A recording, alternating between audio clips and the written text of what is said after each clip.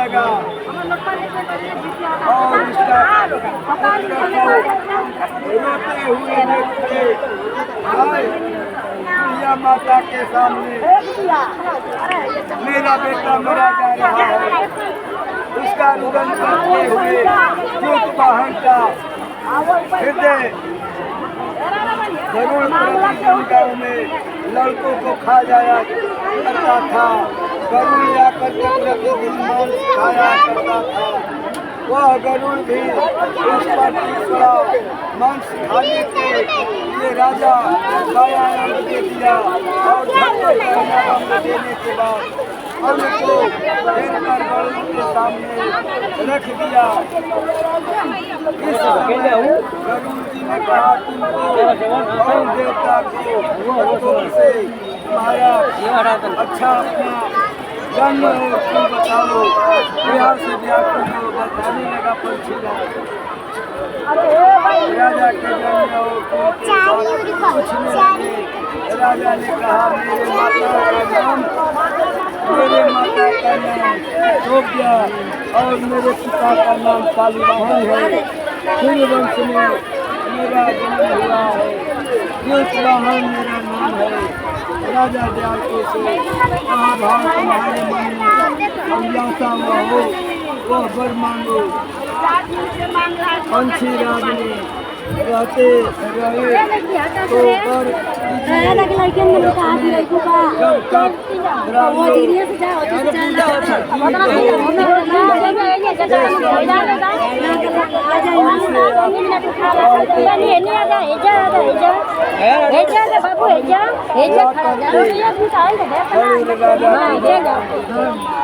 बरसाया और बरसाते त्यागे और गरीब को कृपा से बहुत कष्ट हो गया।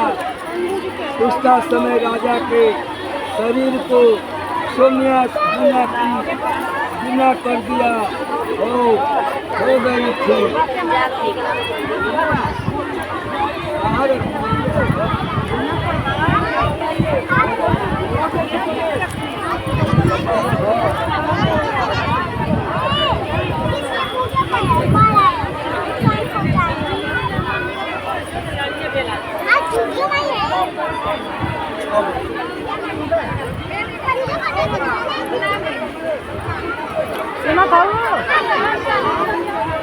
हाँ बजे सुबह तारा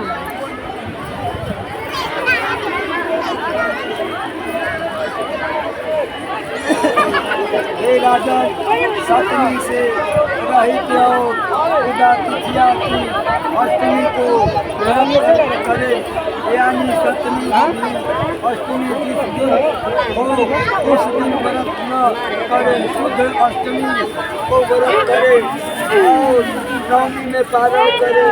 यह इस प्रकार ध्यान देकर दिया गया तो फल नष्ट हो जाएगा और सौभाग्य को अवश्य नष्ट हो जाएंगे।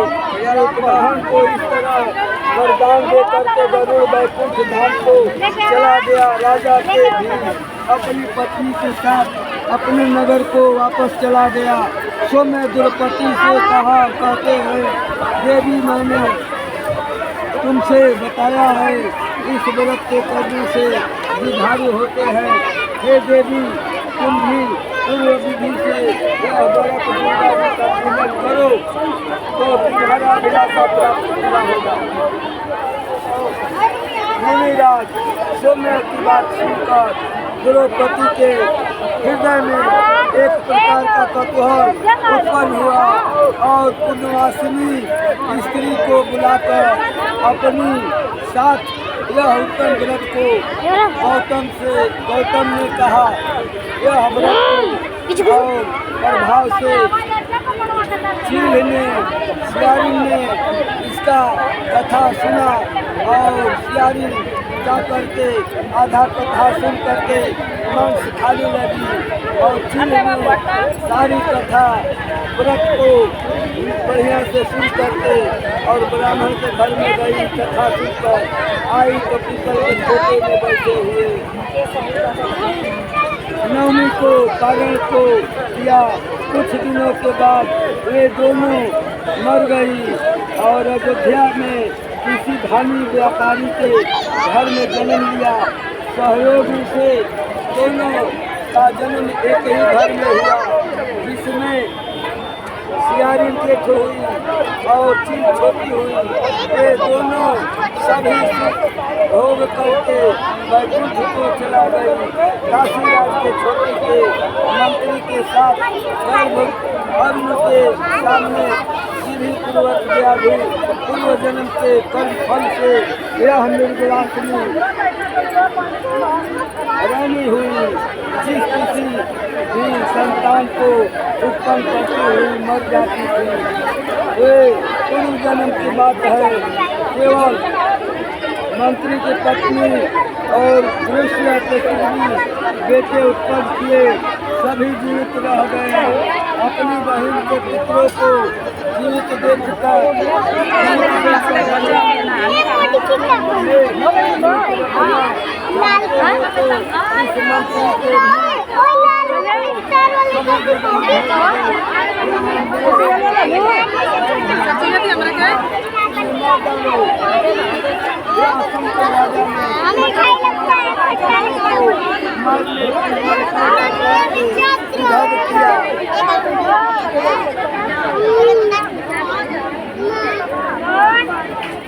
पर मंत्री पत्नी ने पुत्रिका के पुण्य के बल से बचा लिया। अपने आदमियों से उन पुत्रों का सिर कटवाकर पिठारी में रखवा दिया और पिठारी में माता मंत्री पत्नी के पास भेज दिया। किंतु वो आठों सिर रात हो गए और भले चंगे हुए आठों बेटा लड़के अपने माता के पास वापस गए। उनको जीवित देख करके राजा पत्नी को बड़ा विस्मय हुआ। अंत में मंत्री की पत्नी के पास आई और उन्हें पूछा, हे बहन, तुम्हारे कौन सा ऐसा पुण्य किया है जिससे बार बार मारे जाने पर भी तुम्हारे बेटे नहीं मरते हैं? इस पर मंत्री की पत्नी ने कहा, पूर्व जन्म में मैं चील थी और तुम सियारी, हमने और तुमने साथ साथ जीविका का व्रत किया था।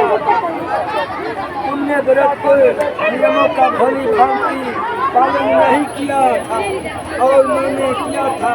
इसी दोष से हे बहन तुम्हारे बेटे मर जाते हैं। ओ राजरानी, अब भी तुम उस जीविका का व्रत को करो तो तुम्हारे बेटे दीर्घायु होंगे। मैं तुमसे सच सच कह रही हूँ। उसे कथा के अनुसार रानी से व्रत किया और तभी से उसके कई बेटे सुंदर और दीर्घायु होकर के बड़े बड़े राजा हुए। सूत जी कहते हैं कि सब प्रकार का आनंद देने वाला मैंने व्रत बतलाया। स्त्री चिरंजीवी संतान चाहती हो तो विधि पूर्वक यह व्रत करो। इसी वेला खंडे जीव पुत्र का व्रत कथा समाप्त। बोलिए श्री ज्योतिया माता की जय।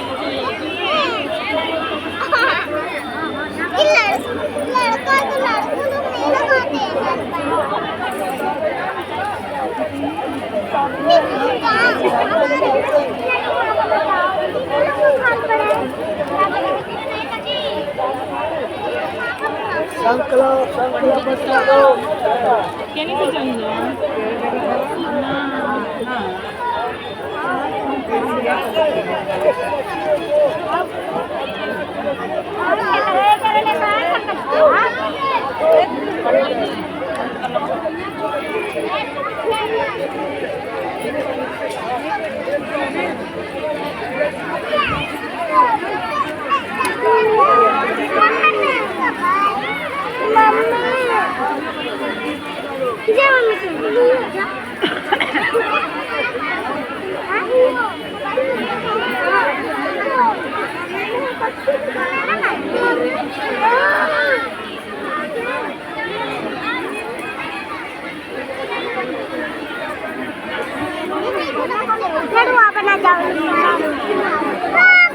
मेरा एक इसका है सोना का कौन है लड्डू को बोल रही है किसी से दोस्ती कर रही है ये इसमें नहीं है तो क्या हुआ तुम्हारा बाबू मेरा वाला नहीं है तो मैं मना दिया वाहन कथा समाप्त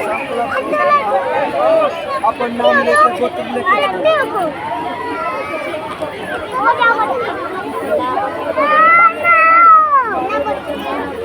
जय भगवान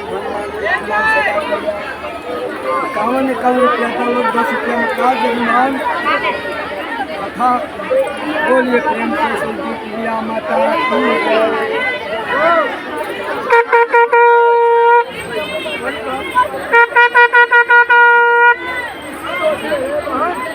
की डाल दिया था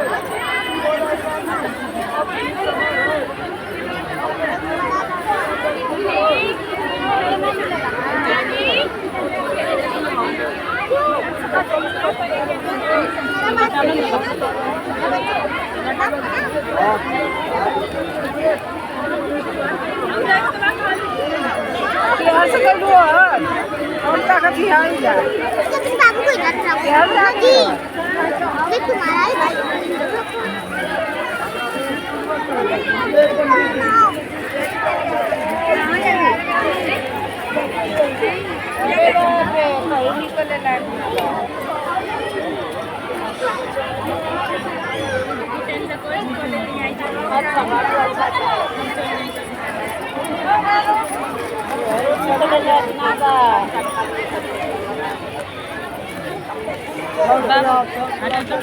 कथा होम पूजा संकला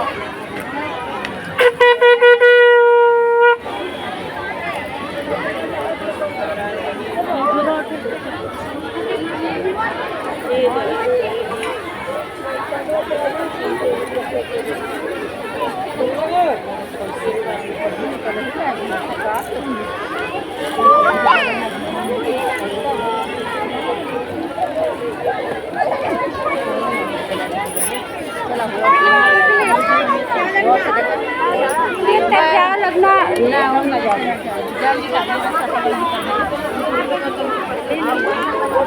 जय हो सिद्धि मिले राजा लोग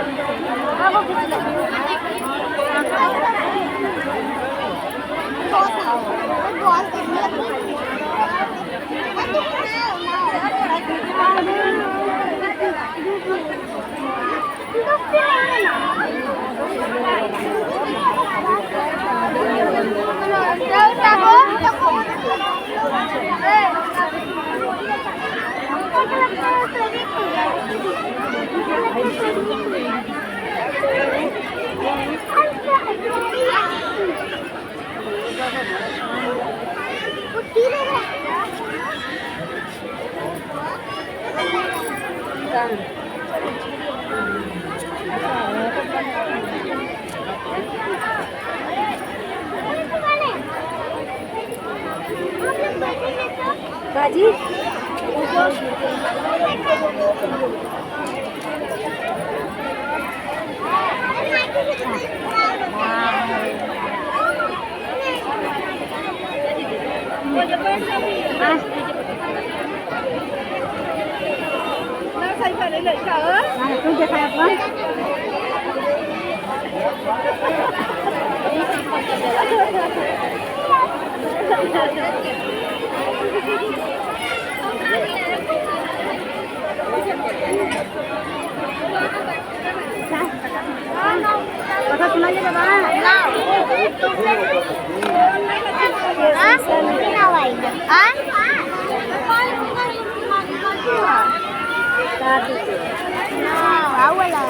ये लड़का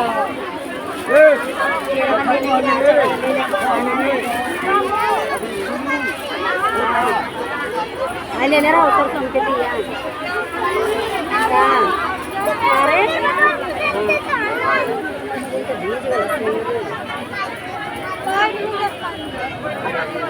आज भाषण सुन रहा है